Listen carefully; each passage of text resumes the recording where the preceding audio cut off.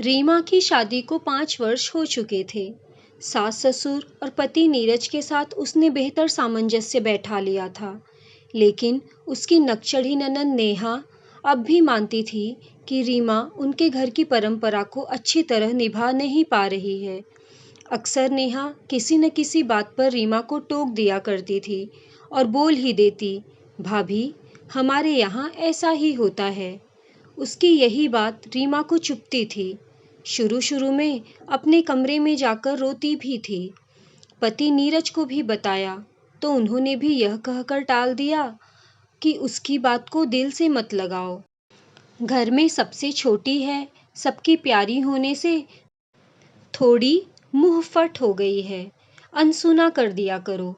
रीमा को समझ नहीं आता था कि कोई उसे कुछ कहता क्यों नहीं है। क्या उसे शादी कर दूसरे के घर नहीं जाना है? परंतु सब ऐसे ही चलता रहा। न रीमा ने बुरा मानना छोड़ा, न ही नेहा ने उसे घर के रिवाज सिखाना। आज रीमा का बेटा पहली बार अपने स्कूल जा रहा था। सभी बहुत उत्साहित थे। रीमा ने उसे स्कूल यूनिफॉर्म पहनाकर तैयार कर दिया। उसके बाल कंघी कर रही थी, तभी नेहा कटोरी में कुछ लेकर आई और चम्मच से उसे खिलाने लगी। सोनू नानुकुर कर रहा था। रीमा ने भी बोल दिया, रहने दो ना दीदी, बच्चा है, नहीं मन है उसका, स्कूल से आकर खा लेगा। नेहा तुनक गई। भाभी, हमारे यहाँ ऐसा ही होता है। जब कोई पहली बार घर से बाहर किसी काम के लिए जाता है, दही शक्कर खाकर ही जाता है। रीमा कुछ बोलती, उससे पहले ही नीरज ने आकर सोनू को गोद में उठा लिया और अपनी उंगली में लगाकर मीठा दही उसके होठों पर लगा दिया। स्कूल को लेट हो रहा है, कहकर सोनू को लेकर चला गया। रीमा अपने कमरे में चली गई। नेहा अब भी बोले जा रही थी, मैंने क्या गलत कर दिया? भाई तो अब सब कुछ भूल गए हैं। पहली बार ऑफिस गए थे, तब भी मीठा दही मुझसे ही मांगकर खाकर गए थे। उनका बेटा मेरा भी तो भतीजा है, क्या मैं उसे दही नहीं खिला सकती? पापा जी ने उसे आवाज लगाई, तब जाकर वह चुप हुई। रीमा इन घटनाओं से बहुत आहत होती थी, परंतु कोई हल नहीं निकाल पाती। संयोग से उसी दिन रीमा की मम्मी का फोन आया। उन्होंने बताया कि उसका भाई और भाभी विदेश से वापस आने वाले हैं। भाई विदेश में ही नौकरी करता था। उसने वहीं पर भारतीय मूल की एक लड़की से विवाह कर लिया था। शादी के बाद वे दोनों पहली बार घर वापस आ रहे थे। माँ चाहती थी कि पूरे रीति रिवाज के साथ नई बहू का स्वागत किया जाए। ने रीमा को घर बुलाया था। घर उसी में था, इसलिए नीरज ने उसी दिन शाम को रीमा को उसके घर छोड़ दिया। अगले दिन भाई भाभी आ गए। दरवाजे पर उसके भाई राहुल के साथ खड़ी लड़की को देखकर रीमा दंग रह गई। उसने लाल रंग की साड़ी पहन रखी थी, सिर पर पल्लू ले रखा था और माथे पर लाल रंग की बड़ी सी बिंदी लगा रखी थी। किसी भी तरह से वह विदेशी लड़की नहीं दिख रही थी।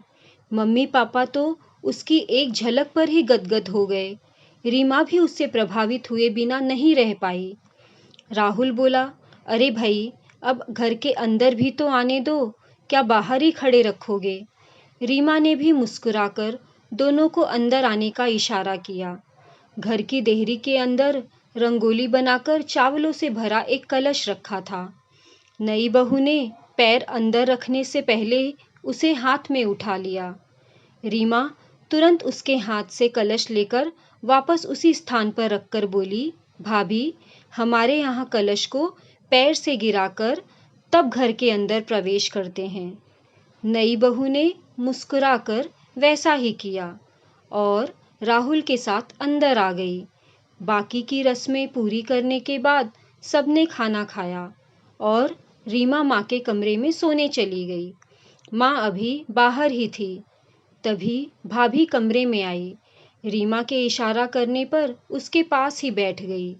रीमा का हाथ पकड़कर बोली, थैंक यू दीदी, आपने मुझे बताया कि घर के अंदर आने की रस्म कैसे की जाती है।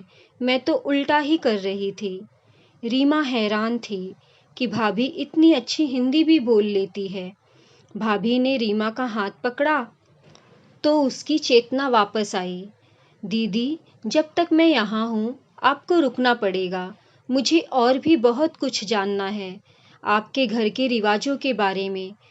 अब यही मेरा भी घर है। भाभी की बात से रीमा को कुछ याद आया। उसका व्यवहार, जब नेहा उसे अपने घर के बारे में कुछ बोलती थी, तब उसने कभी भी भाभी की तरह नेहा की बातों को सहजता से नहीं लिया। रीमा ने भाभी के हाथ पर हाथ रखकर कहा, पूरी कोशिश करूंगी भाभी, आपके जाने तक रुकने की। वैसे तो आप खुद बहुत समझदार हो। कुछ दिन यहाँ रहोगी तो देखकर ही सब सीख जाओगी। अभी आप सो जाओ, कल बात करेंगे। भाभी गुड नाइट बोलकर चली गई। रीमा की आंखों में नींद नहीं थी। उसके सामने वे सभी घटनाएं घूम रही थी जब उसकी और नेहा की बहस होती थी। उसे अपने बर्ताव पर पछतावा हो रहा था। अगले दिन रीमा उठते ही फिर से आगे की रस्मों के विषय में माँ से बात कर रही थी। तभी फोन की घंटी बज उठी। उसने फोन उठाया।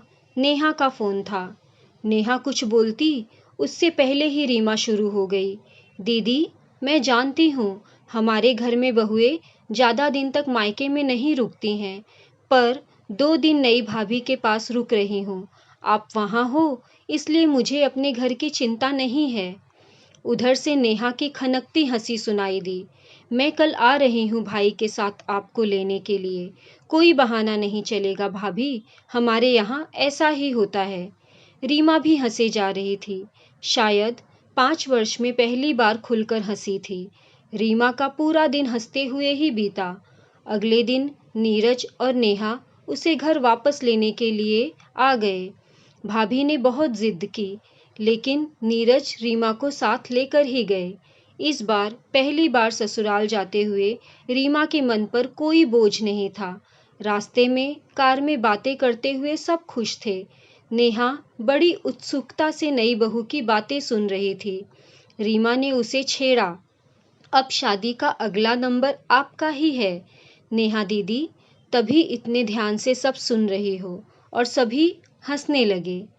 दोस्तों, अगर आपको ये कहानी पसंद आई हो तो प्लीज़ लाइक और शेयर करें, और कहानी के बारे में आपकी क्या राय है कमेंट में शेयर करें। मैं इसी तरह की कहानियाँ आप लोगों के लिए लाती रहूँगी। मिलते हैं अगले वीडियो में। कहानी सुनने के लिए धन्यवाद।